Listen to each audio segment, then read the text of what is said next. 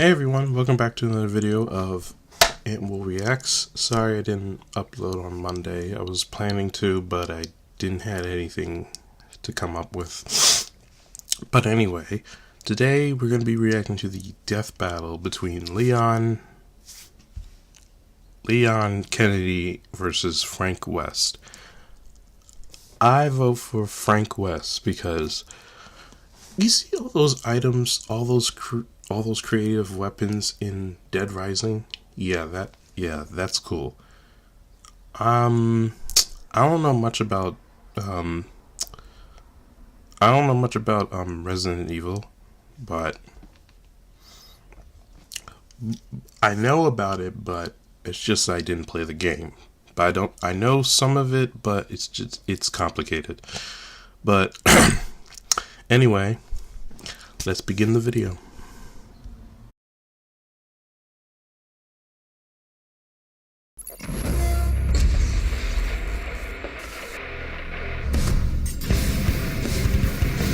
Surviving the undead apocalypse takes grit, perseverance, and an army's worth of firepower. With all that and some luck, these two became experts in zombie fighting.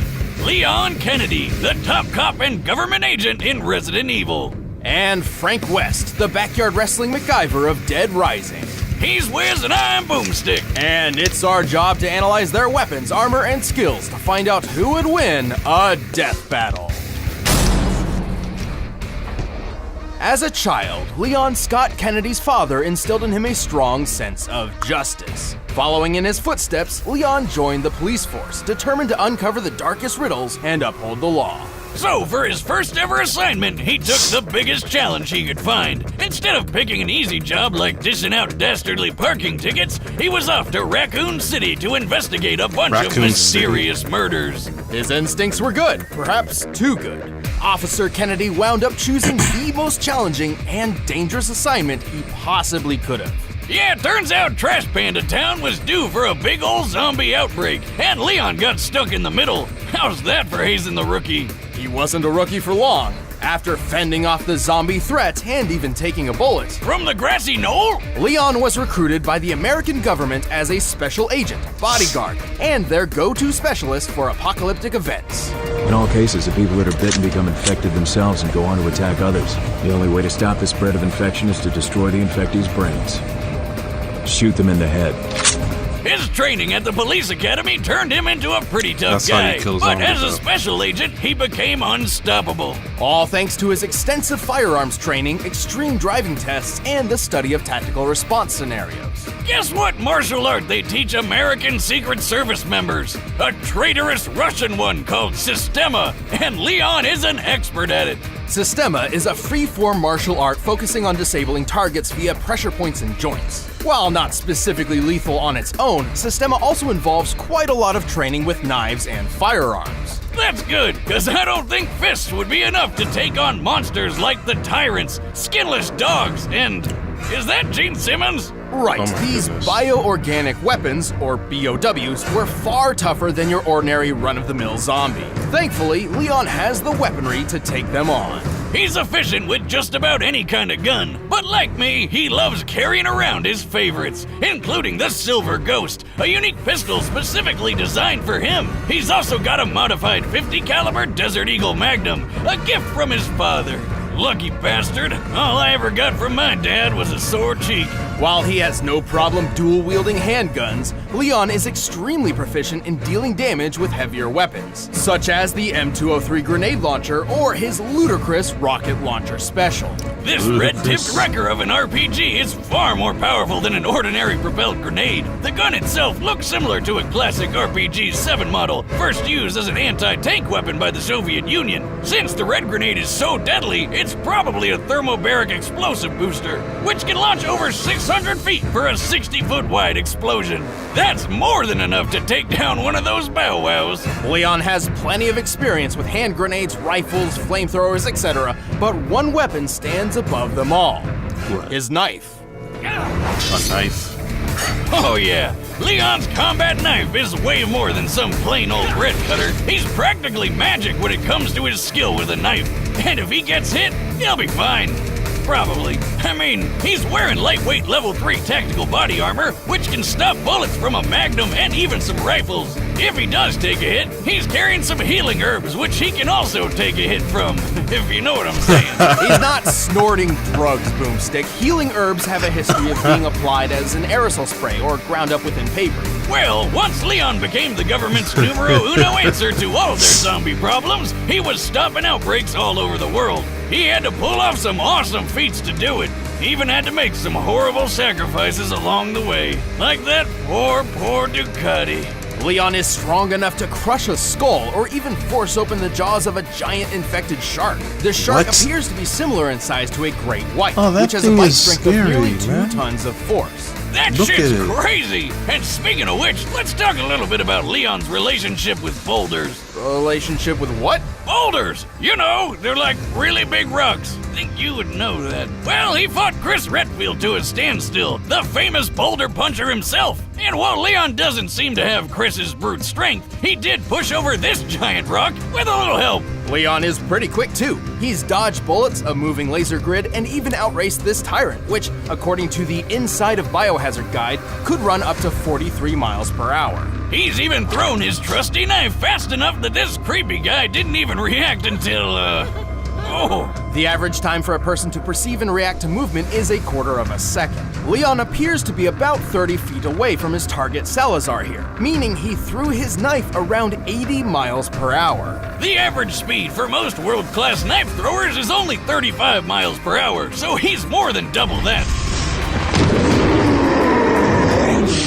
Leon is tough, having survived blows from various large and burly BOWs. He even matched the strength of Umbrella agent Jack Krauser. Krauser was strong enough to perform a 30-foot vertical jump. Generally, men can pull off a 2-foot vertical jump at most, making Krauser potentially 15 times stronger than the average man. At this point, let's just say that Leon is basically superhuman. It's like he has 0 weaknesses. Au contraire, Boomstick, Leon has his fair share of baggage. He's pretty gullible, oftentimes tricked by those wilier than himself. Go. Save yourself. Is it just me, or does everybody always ignore what I say? Like her? You think he just might be trying to get laid? Lord knows I've done a few dumb things on that quest. I don't know about his chances, though, rocking that hairdo. But after more than 15 years of nightmarish catastrophes, Leon's mental state has become more fragile and more reliant on alcohol. Ah, you and me both, pal. He always needs a little chaos in his life, and when it comes down to it, that's what makes him such a friggin' badass. Better try a new trick, cause that one's getting old. Upon first impression, Frank West seems to just be your average journalist, but he's far more than that. I'll say, he's covered wars, you know. As a photojournalist, Frank will regularly go far beyond the call of duty to uncover his next big scoop. It was this ironclad determination which led him to a mall in the town of Willamette, Colorado, where he found the zombie apocalypse. What? Did you just say zombies? But Frank's down to rough up dozens of zombies every now and then. And with his wrestling history and battlefield experience, he's got the skills to do it. Despite never having fired a gun at another person before Willamette, Frank discovered he's a natural when it comes to firearms. He's handy with all sorts of guns, like pistols, shotguns, machine guns, and a beautiful minigun. Oh, I love it. He's even got a silver ghost, a unique pistol specifically designed for government agent Leon Hey, wait a minute. But bullets can only last so long against a never-ending zombie horde, so Frank was forced to improvise. And thanks to being in a shopping mall, he had plenty of options. From obvious choices like sledgehammers, baseball bats, and chainsaws to out-of-the-box picks like shampoo, lipstick, lawnmowers, and a shopping cart, Frank has an uncanny ability to effectively weaponize pretty much anything he gets his hands on. Garbage, toys, food, you name it. This guy does not overlook anything's death-dealing potential. He even uses his camera flash as a weapon. His primary camera appears to be a Nikon D100, which has a flash color temperature of 6000 K, or crystal white. When used up close, it's nearly as effective on the eyes as a flashbang grenade. Anyway, Frank survived the zombie horde with flying colors. His next step was obvious. Profit from it. He became famous overnight. He was named the Hero of Willamette, hosted a TV show, and scored all sorts of endorsements. His love of using baseball bats to smash zombie skulls in even landed him a great commercial deal with Deadwood Pro Baseball. Damn, so he's making tons of money off of killing people. My dream. I know, right? All these zombies were technically people once, so when you really think about it, this whole situation is pretty freaking awesome! Living the dream, buddy. You earned it. Anyway, fame is a fickle mistress, and it wasn't long until Frank's 15 minutes of fame were cut short. He eventually became a college teacher, but not before several more encounters with the undead kind. Oh my goodness. And the more he fought him, the more creative he got about it. Frank's greatest asset is his impressive ingenuity. With nothing but his blood, sweat, and tears, and a shitload of duct tape, Frank perfected the art of combination weapons. Like the paddle saw, where he took a kayak paddle and strapped on a couple chainsaws for a rip-roaring good time. Ooh. The electric crusher is an invention combining the power of a car battery with the weight of a sledgehammer, crafting a Mjolnir for mortal. The Blitzkrieg is a freaking wheelchair powered by a car battery, firing this is what I machine like guns about all Dead over the Rising. place. Stephen Hawking could have even beat death with that. He can make a laser sword by sticking a gem into a flashlight. Don't ask me how. And the Reaper is the unholy union of sickle and samurai sword. Wow, and all that is just scratching the surface. He's even got combo vehicles like the exosuit. That's a suit made of slurping machines. Which shoots ice tornadoes? Talk about cool, pun intended. Even stranger, Frank has used an arcade machine to miraculously copy some of the powers of fellow Capcom characters. You're a wizard, Frankie! No, he's not magic. These powers come directly from costumes most commonly obtained from the machine. For example, he can don Ryu's ki to perform hurricane kicks, or Mega Man X's armor complete with a Mega Buster. You are what you wear. Speaking of costume changes, sadly, Frank eventually was caught by zombies and wound up becoming another mindless slave of the undead horde.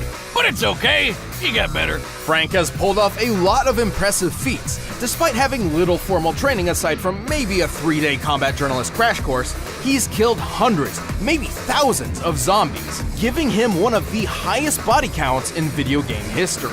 He's really strong too. He can pull a zombie's limbs and head off no problem. And in the exosuit, he's pushed around a 2-ton car. He's tough enough to survive long falls and devastating helicopter crashes with little issues. And he's quick enough to catch up to and board a train moving 15 miles per hour in less than 3 seconds. He can even hop off zombies' heads like a ninja so well that the zombies barely even notice. Wait, they don't notice that he's literally jumping off their heads? How the hell does he pull that off?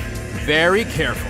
But Frank has fought more than just mindless zombies. Yeah, like some crazy clowns with chainsaws and a freeze gun, and plenty of other psychomaniacs. This is my stuff! That scared Including me. Lance Corporal Calder, the world's first intelligent soldier zombie. Also, I think it's important to note many of these feats were performed in a span of 72 hours with no sleep or rest. According to a study on sleep deprivation in 2010, an average human's physical and mental health begins to severely deteriorate after 36 hours of no sleep, resulting in disorientation and even hallucinations. Here I thought heavy drinking was the only way to legally hallucinate. Well, time to binge Netflix until I trip balls. Whether by inhuman stamina or just a shit ton of adrenaline, Frank was in peak condition for twice as long as he should have been. There's that journalist determination again. Sure, he may be a bit of a self-serving asshole, but he's pulled off the impossible more than once, even when he got into his 50s. Once a survivor, always a survivor. Snag your very own disposable Digi-Jeep disposable camera. It's fantastic. Don't ever. I mean it. Seriously. I need a raise. All right, the combatants are set. Let's end this debate once and for all. But first, let me tell you about how you can be the MacGyver of the kitchen.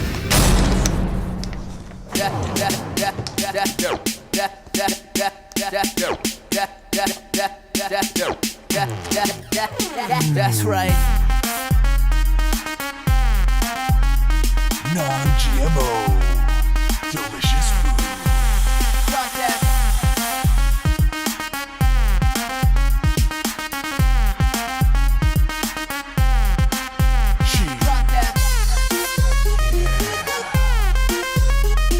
Tropical splash.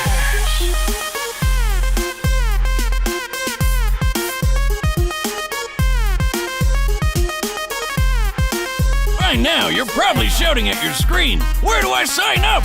Well, Blue Apron is treating Death Battle viewers to $30 off your first order if you visit blueapron.com/battle. So check out this week's menu and get your $30 off at blueapron.com/battle. But right now, it's time for a death battle! With the evacuation complete, state officials are prioritizing outbreak containment. Yet there are still reports of looters within the city. Who knows what these people think is worth braving certain doom to get? Sweet! Just what I was looking for. What are you doing? No one's supposed to be here. Never stopped me before, pal.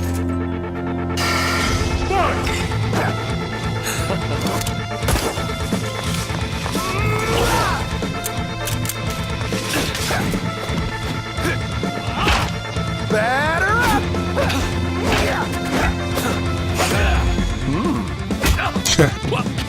See you in a flash, buddy.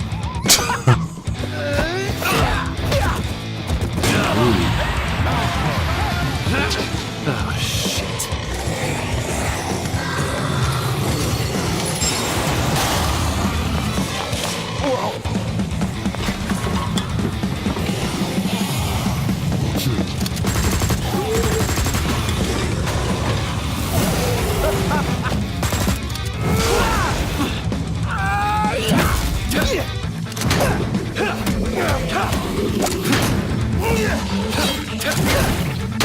How are they supposed to fight if there's so many zombies around?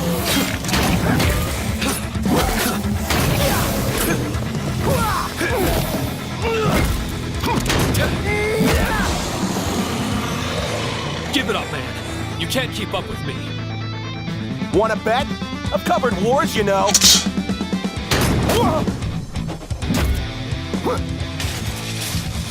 That's nice, but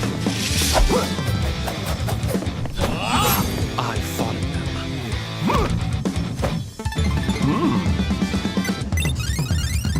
Lucky me.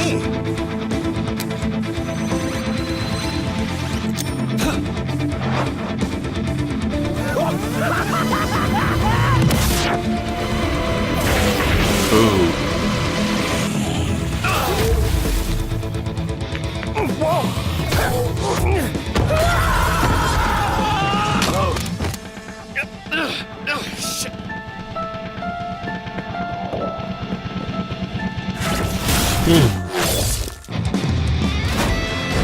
Nice to meet you. Why don't you chill out?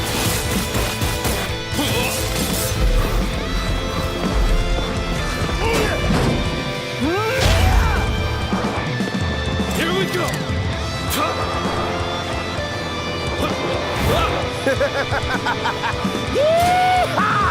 It was ice fighting with you, buddy. I really hate ice fights.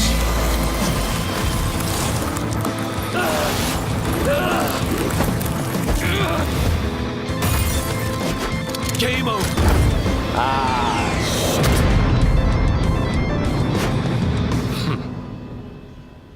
Oh, come on.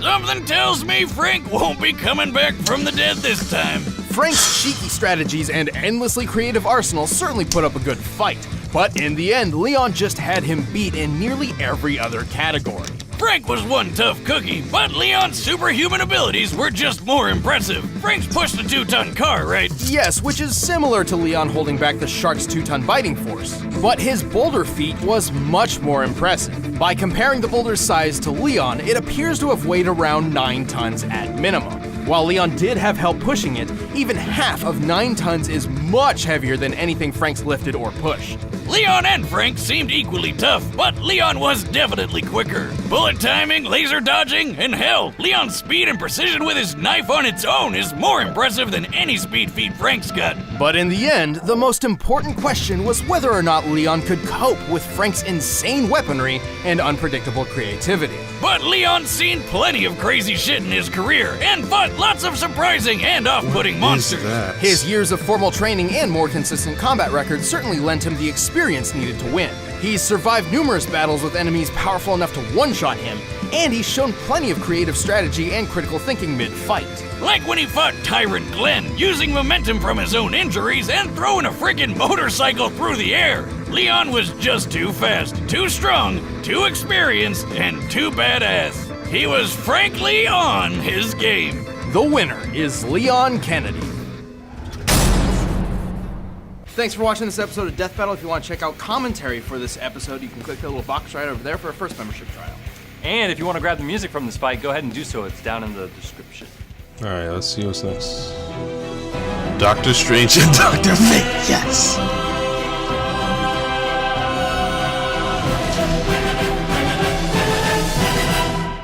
Two doctors! Strange versus Fate. Okay, when Death Battle does Marvel vs. DC stuff, this gets me confused on who should win. Because I'm a fan of both companies. But before I get to that, I gotta say, Frank should have won. All those idea weapons, they should have. I had a feeling he might lose, so yeah. But anyway, so Doctor Strange versus Dr. Fate next time in 3 weeks or 2. But the thing is, I don't know, like, and if they're gonna use Dr. Fate, they have to use Kent Nelson. Kent Nelson is the one and only Dr. Fate, not Zatanna's daughter. I mean, not Zatanna's father. You guys know who I'm talking about. It's Kent Nelson, not Zatara. It's Kent Nelson. So, anyway, can't wait to see this. Anyway, I hope you guys enjoyed the video. Make sure you guys give this video a thumbs up. Subscribe if you're new to my channel. Share this with your friends. Comment below what you think of the video. And if you want to get notified of the videos I put up, just hit the notification button next to the subscribe button. And I will see you all in the next video.